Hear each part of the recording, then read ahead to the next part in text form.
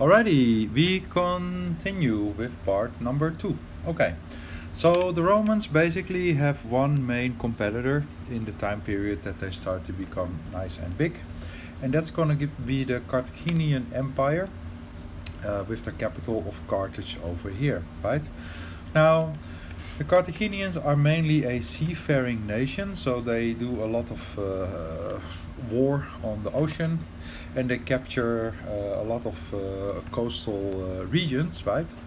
And the Romans get into conflict with them over Sicily, over the area here, the little island in between Italy and Carthage, right? Okay. Now there's gonna be Carthage is like the Carthaginians are their own civilization. They have their own gods. They have their own culture. They basically are very highly developed, right? So you can see this is the city of Carthage, as they imagine it was, right? So you can see they have this really interesting port over here. With this big circle, so they can like deliver all kinds of goods. It's quite astonishing actually, right? They have like an arena over there. They have a track, so they're very far ahead. Now the Romans are going to have war with them, three different wars of control over Sicily, and these are called the Punic Wars. The first time the Romans really start to lose, because the Romans are really great at fighting at land, but they're not so good at fighting on the ocean, right?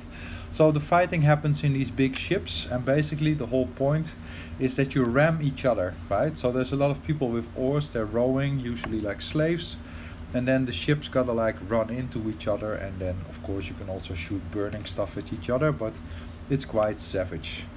Now, the Romans managed to capture one of these ships when it comes a little bit too close to Russia, or to Russia, to the Roman shores, and then they capture it, and then they take it apart, and then they discover how to build ships just the way the Carthaginians do. So then the Romans can build ships that are in quality just as good, which is amazing, right? Now the Romans also decide that they're not so good at like all this rowing business, right?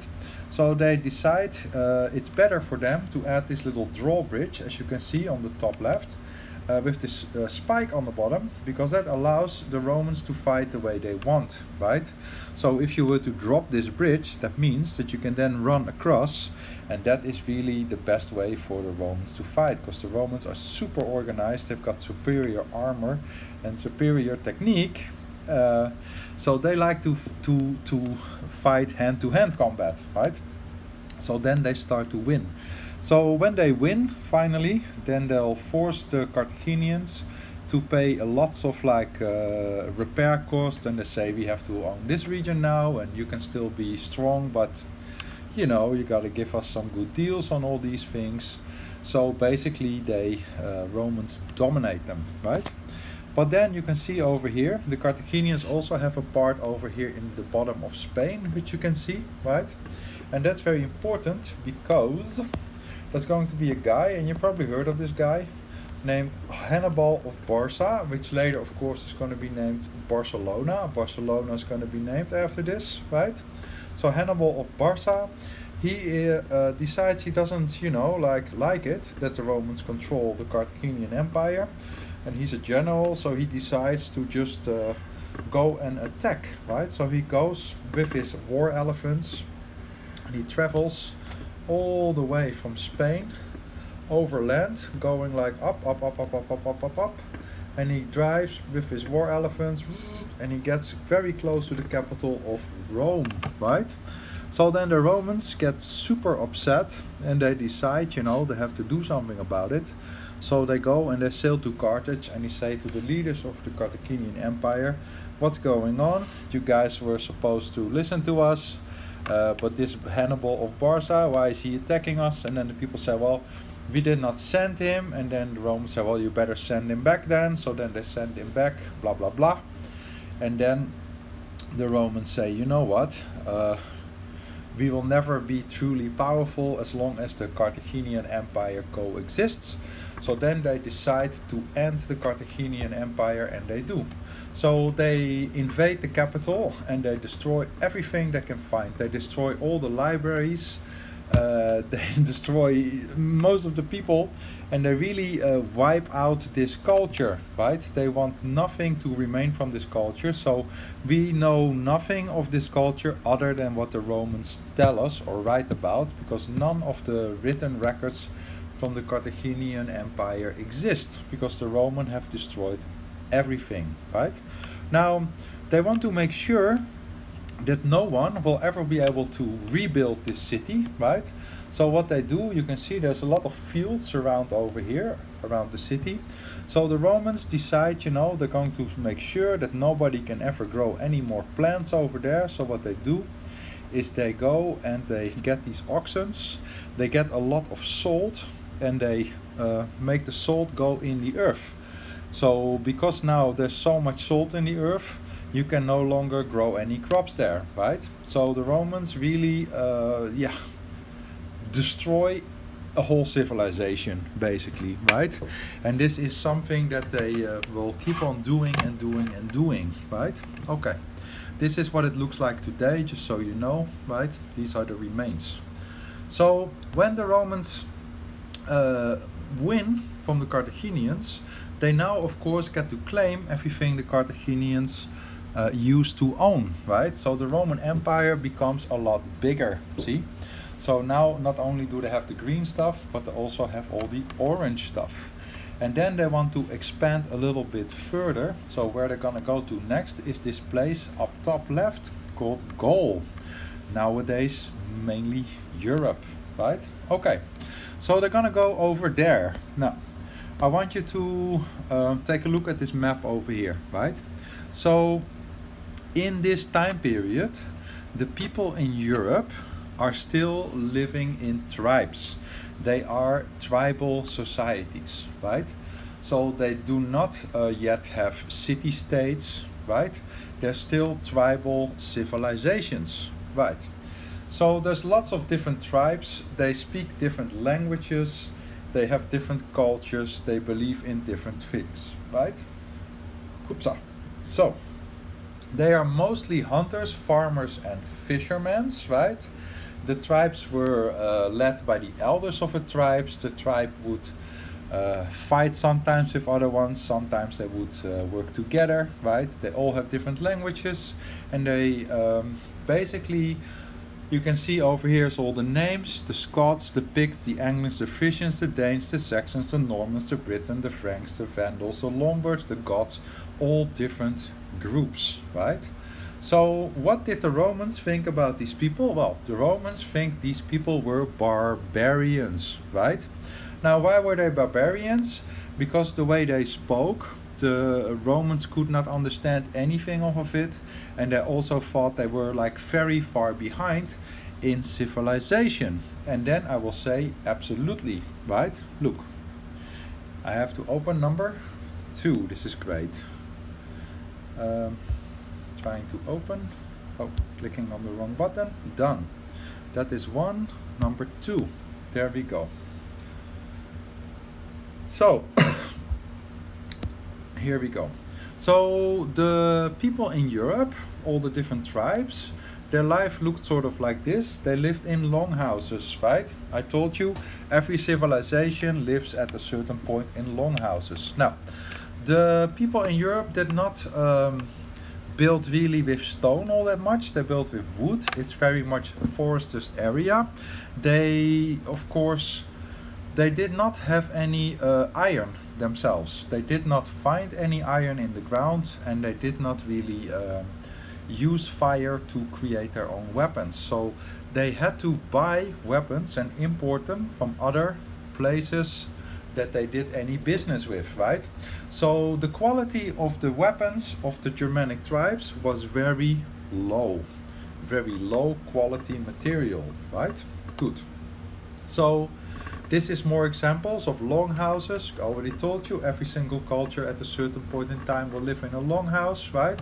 Now at the same time the people in Europe were living in this, the people in Italy or Rome already were managing to build things like this, right? So you can imagine, if you come from a culture that is able to achieve these things, then when you run into contact with somebody who is still in this stage of their development, you're gonna think they are a little bit far behind, right? And they're a little bit less advanced, right? So they are very much less advanced Europeans. Now this is really also why Europeans will look up to Greek and Roman culture, right? Because Greek and Roman culture was far ahead to the Europeans, and it's gonna stay far ahead to Europeans for a really long time, right? So they're just that much more advanced. Okay, so of course the next thing that's going to happen is that these big armies that the Romans have start to march into the European land to go on to conquest, right? So what do? Well, they walk into a village and then they talk to the elders of the village and they say, look, this is a giant army, how about you give us all your cows because we are hungry? And then they just take all the cows, right? So then they find like a nice open field where they want to hang out, and then they just make a big camp, right? And then you can imagine the people that live in these villages that just have all their livestock stolen, they go and they send word to the other villages saying, hey, there's these people stealing our stuff. And then they just have to like all come together. They find the big open field where these like Romans are hanging out, and then they're going to fight, right? But of course it is not really a match because the Romans have a professional army, professional materials, they have all kinds of armor, they have things that shoot very long distance. So basically you can imagine what is going to happen, right? They are going to win, obviously, right? Now, if you want to, there's a very interesting movie called Gladiator. It has lots of these scenes in it. You should watch it. It's very interesting. Usually I show clips, but I cannot show you the clips because then my thing stops recording. It's a little bit annoying. Okay. So then, of course, the Romans will win, right? And then the next thing they'll do is they'll go to all the villages, because all the men are dead, the villages are now undefended. They go in and they start to rape and pillage and take people as slaves, right? Great. And then, of course, they find whoever is the person who's still somewhat in control, and then they make him an offer he cannot refuse, right? So they say this: now that we have killed basically all your men, you have become completely defenseless. So we offering you this. We are happy to protect your village, right, from all the other tribes that are probably gonna try and like take all your stuff right now. So you have to provide us. Let's say you guys are fishing, you have to provide us like 10 tons of fish every like first of the month for free, and that is what you have to pay. You have to pay taxes to us and we will protect you, right? That's what they say. Now of course the person who's leading the village, he can say yes, that sounds good, or he can say no. Well, if he says no, then the Romans say, okay, cool, we'll take everybody and you're all gonna be sold as slaves now back in the capital of Rome, right? So really, there is no choice. So basically, the Romans invade a place, they kill off all the men or capture them, and then they say, okay, you have to now give us stuff. And they make other places into things called client states, right? So of course, the Romans then stay. They build like a nice big camp, something like this or this, and then from there they just control the region. They keep on going on patrol, make sure everybody pays the taxes, right? And then they move on to a new region and they keep on invading and invading new people, right? They're great at attacking, but they're also great at defense. Like, look at this. This is like super difficult to attack. Imagine you have to attack this, right? Then you start off on the right, then you have to jump over the water, but it's too big to jump. So now you're gonna jump in the water, so now you're all wet, which is terrible because if all your clothes are wet, it's more heavy, right? So you can't move that quickly anymore. Then you might jump out of the water and you end up in this ditch, which is full of loose sand, which is terrible because now all the sand is sticking to your wet clothes. So you're even more heavy. So you manage to climb out, then you have to cross this field of like spiky things, Nice, right? So you're looking at the ground the whole time, so you don't jump into one of these spikes. Then you have to jump two of these prickly bush rows. Great. Then you end up in a ditch, only to find out that you no longer can climb on this, like what looked like a very easy low wall to climb is actually 3 times as tall as you thought it was. Then there's sticks standing out, and then the whole times while you're trying to do this, the Romans are just shooting arrows at you, right? So it's really not that good. The Romans really are all about war and fighting and dominating and controlling. That really is their whole thing. They're like a big fighting ant hill that just keeps on like invading and growing and growing and growing and growing and growing, right? Cool. Done. Moving on to number 3. Cool. So in the beginning, the Roman Empire is just the dark red thing in the middle. It's just one city.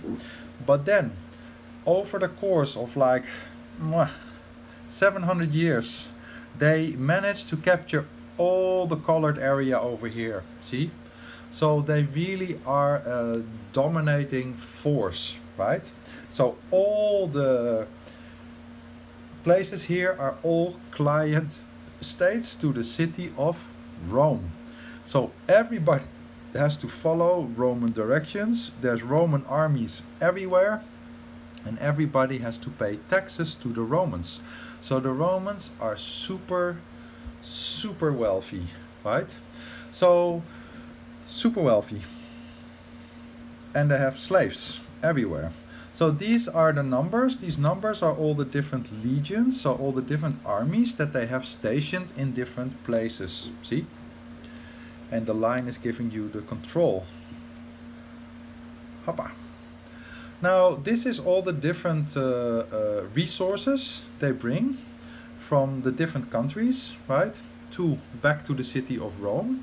Now I'd like you to take a look at the right bottom corner where it says cost of the empire, right? It will say revenue, so how much money is coming in, right? Now you can see there is 3 spending costs over there. There is like a quarter, or like a third actually, almost. Is it? Yeah, I'm going crazy. Is spent on entertainment, right? So what does entertainment mean? Well, entertainment means entertainment for the Roman citizens, right? So the Roman citizens had entertainment provided by the government for them. So I will tell you way more about what this entertainment exactly is going to be, but it is pretty brutal, right? Now the government also paid a lot on the armies, right? So they spent a lot of on the army, and they paid on infrastructure. Those were the 3 main things they would invest their money in, right? So into entertainment for the citizens, into making the army bigger and stronger, and into making the capital of Rome bigger and more glamorous and beautiful, right? So that was their main goal. See, in the beginning they used a lot of ships to do all this trading, right? But they also wanted to create roads. Now the Romans are the first ones really to start to create roads in Europe. There were 0 roads before the Romans came. So there's a saying called all roads lead to Rome, and this is absolutely true, right? Now you need roads because otherwise in the fall and in the winter you won't be able to transport any of these goods or slaves or armies, right? Now of course the Romans designed the roads, but the slaves have to build the roads, right? Now you can still find these roads up until this day because they are everywhere. So how many roads did the Romans build? Well, let's find out. Whoops. All these red lines over here are roads that are built by the Romans, right? They are everywhere in Europe. Crazy, huh? Cool. Okay. So let's talk a little bit about Roman life and culture, right? So on the left is a building, it's called the Pantheon. Basically that is like a place where you can worship all the Roman gods, right? Now on the right hand side you see like a little scale model of the city of Rome in this old time period. Now if you were to look at this picture without knowing that this is like something really old, then you would just assume that this is something that could be built right this day, right? It basically looks like the city of France if you were to fly over it, with like a big soccer stadium and some racetrack, right? And it's have all these like big high buildings, right? It's no different than a modern city. The only difference is that they did not have any electricity, right? Okay. So the Romans were able to build all these things because the Romans created a special type of concrete, right? So before the Romans, concrete was like pretty good, but whenever it rained, it started to become weak and it would slowly become brittle and break apart. And then the Romans discovered if you were to add a little bit of volcanic ash, it would remain hard, right? So it would no longer be affected by the water. Now, because they created this new type of concrete, their buildings started to last forever, right? So look, over here on the left is a picture of the Romans building an aqueduct, that is a bridge for water. And here on the right hand side you can see it's still standing today, right? So their knowledge of building and architecture was really high. Cool. All kinds of cool inventions, like this thing for example. It's like a big hamster wheel to lift stones with pulleys. Cool, cool. This is the Pantheon. I already showed you this one. So this is a place where you would go as a Roman to worship all the gods. Well, which gods would you worship? Well, all of these you can see. On the left hand side it says Greek, then it says Roman, and then it says Roll. So all the Greek gods basically are the same as the Roman gods. But as you know, the Romans originally came from Greece. So they basically just took their Greek culture and then they kept it, but then instead of wanting to be Greek anymore, they said no, we're Romans now, so since we control most of the world that we know, we're just going to rebrand everything that is Greek into something that is Roman. So they changed the names, right? So Hera is Juno, Aphrodite is Venus, Artemis Diana, Athena Minerva, blah blah blah, right? So they just changed the names, but the purpose remains the same. Now the Romans believe in many different gods, and you call this thing poly, which means more than one in Latin, theism, which is a belief, right? Now if you only believe in one god, you call this mono, which is one, theism. That's important for later. Excellent. Done. Number 4. This is going great. Okay, so the Romans had a very luxurious lifestyle, right?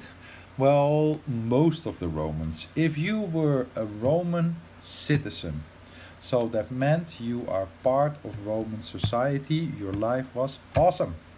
Because you did not really have to work all that much, because there were slaves to do a lot of the work for you, right? So how did they spend their life? Well, they went a lot to the sauna, for example, which they would do all kinds of business in, you know. They would just sit in this nice heated sauna and then they would talk to each other about politics or doing some business. They could go to these like big sport complexes to do all kinds of sports activities, amazing, right? They had all the food coming in from all over the world, which hardly cost them anything, right? It was really great to be a Roman citizen, right? So the Romans built really big buildings, right?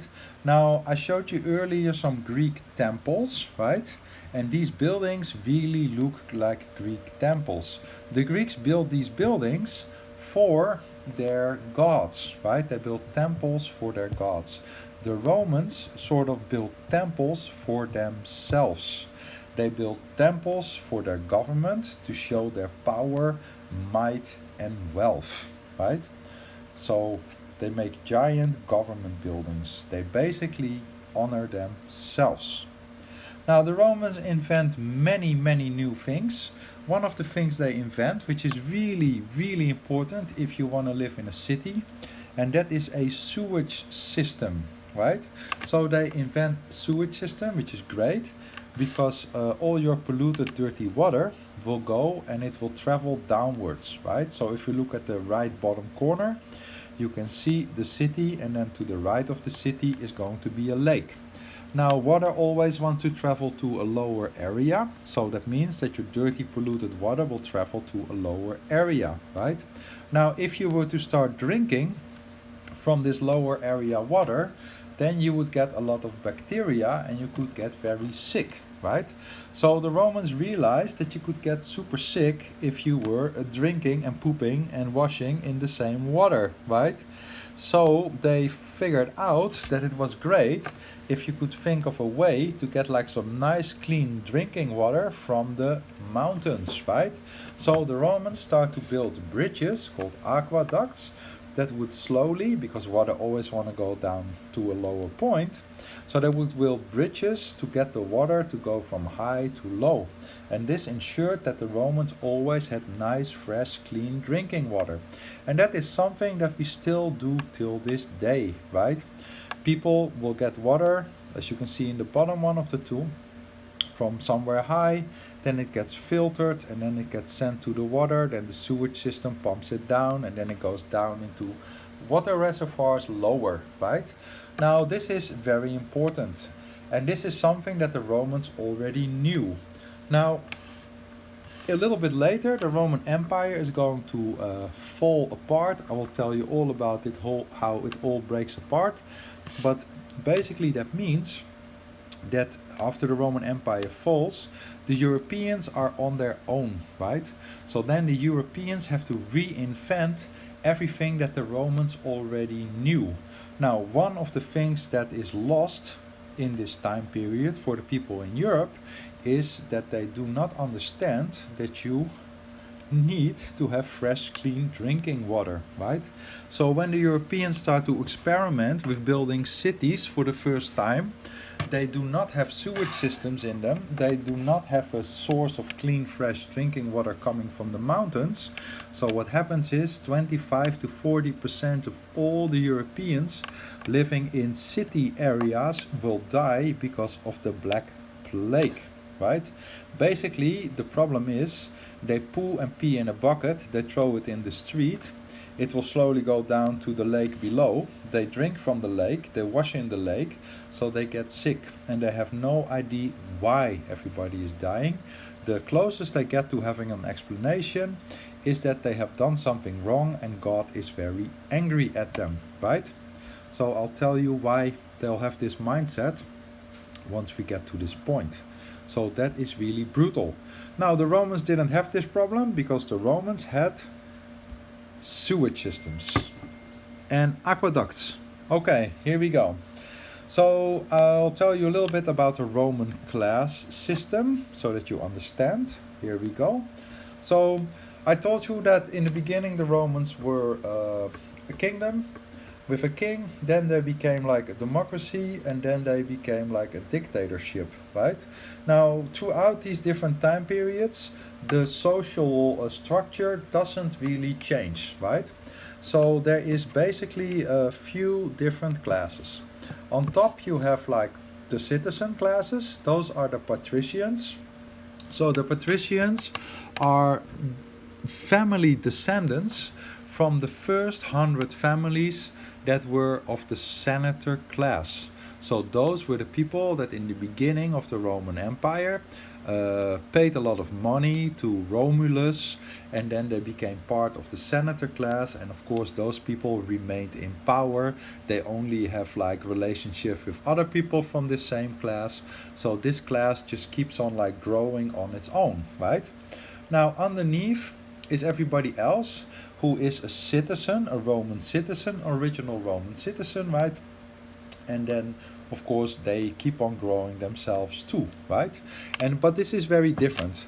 The people from the plebeian class are basically the lower life citizens of the Roman Empire, but still they are Roman citizens, so they have all the luxuries that a Roman citizen has. They can go for free to the bathing houses and all these things. They also have slaves. So even though they're not filthy stinking rich, they still have a really awesome lifestyle, right? Now, underneath that class is the free man, and those are people who used to be slaves. So maybe if you were a slave for a really long time and your master said, okay, you have worked so long for me, now I will set you free. Those were those people. And then on the bottom is all the slaves, and there were lots and lots of slaves. Slavery was a really big thing, right? Okay, excellent. Moving on. So the Romans had a lot of really interesting, cool art. Now, most of the art of the Greeks was made about the Greek gods. The Romans basically make art about themselves. They make lots and lots of sculptures about their leaders, about all the things they do in war, about countries that they capture. That is really the main focus. Focus is on themselves, right? They really are all powerful, more powerful than anybody around them, and that is really what they're interested in. They're basically the gods among all other men, right? Because they are just so much better in their own mind, right? And they glorify war, because war is how they become rich. And that is what they keep on doing, right? Okay. Now in the bottom right corner you can see like a picture. That's a mosaic. It's a mosaic of two people fighting, right? Now, I taught you that the Romans spent a lot of money on entertainment, and that they did. So these are mosaics. These are mosaics that were found in people's houses, right? So basically, these people are called gladiators, and gladiators were slaves that were trained to fight in an arena with different combinations or sets of weapons. Now, these battles were called gladiator battles, and these gladiator battles were happening every single day in the Roman Empire, right? Now, there were like low class battles and there were like high class battles. Now, the low class battles were extremely savage, and I'll tell you more about it. The higher class battles would be battles between gladiators that were really famous and well known. They basically became the sports heroes of this time period. So people knew these gladiators by name, and people had basically these like mosaics in their own houses about their favorite gladiators, right? It is quite remarkable. So on the left you can see there's a fight there between famous gladiators that people know. Now these famous gladiator fights would not always end with people dying. So somebody would be on the ground, for example, and then the whole silence would go still, and then the gladiator would wait to see what he had to do. And then basically the highest ranking person in the arena would say, okay, put the thumb down, that means kill him, and keep the thumb up, that means you can spare his life so he can fight another day, right? So that was usually like a main event. Now there's gonna be lots and lots of other things happening earlier in the day, because this is like going on non-stop basically. That's why they spend so much money on this, right? So that is that. Now on the right hand side you can see over there is like horse racing, chariot racing. So they had like one chariot and a horse, they had like 6 horses, 1 chariot, and then they do laps. Now I want you to look at this picture on the right, and I want you to look at the buildings over there on the left top, because that is the government. Those are government buildings. That is the Senate. That's where they do politics. So the people would all sit and watch these races, and then in their lunch break or whatever, the senators would come out and also watch the races. Like the Roman citizenship and government, it's really interlocked, right? If you are a Roman, you're part of the government is part of the entertainment. It basically, the government provides all your basic needs. You would even get free food in the arenas, right? Food and drink for everybody and entertainment, right? That's really all they did. Now you can see these are different arenas where all these fightings would happen, right? Now, the biggest of these arenas is called the Colosseum, right? And this is like a diagram of the Colosseum.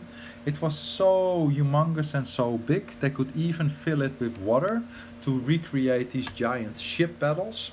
They also had these pulley systems, and they would like have these trapdoors that could like spring open, and then all of a sudden like wild animal like a lion or a tiger or an elephant could come out, right?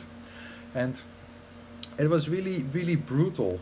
Now, you might think, yeah, you know, they're fighting, but I will tell you that it was really brutal because they also had, for example, a specific event where they would put 300 people in the arena.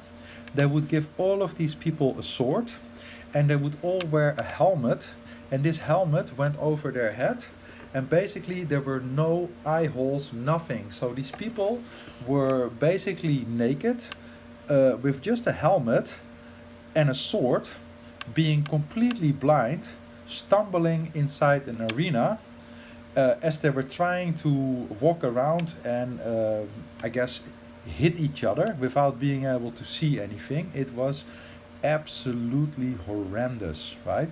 It's terrible. Like, later on, they also put a lot of Christian people in these arenas, and then they would burn them or throw lions in. It is really, really, really brutal, right? So this is a cross section of the arena.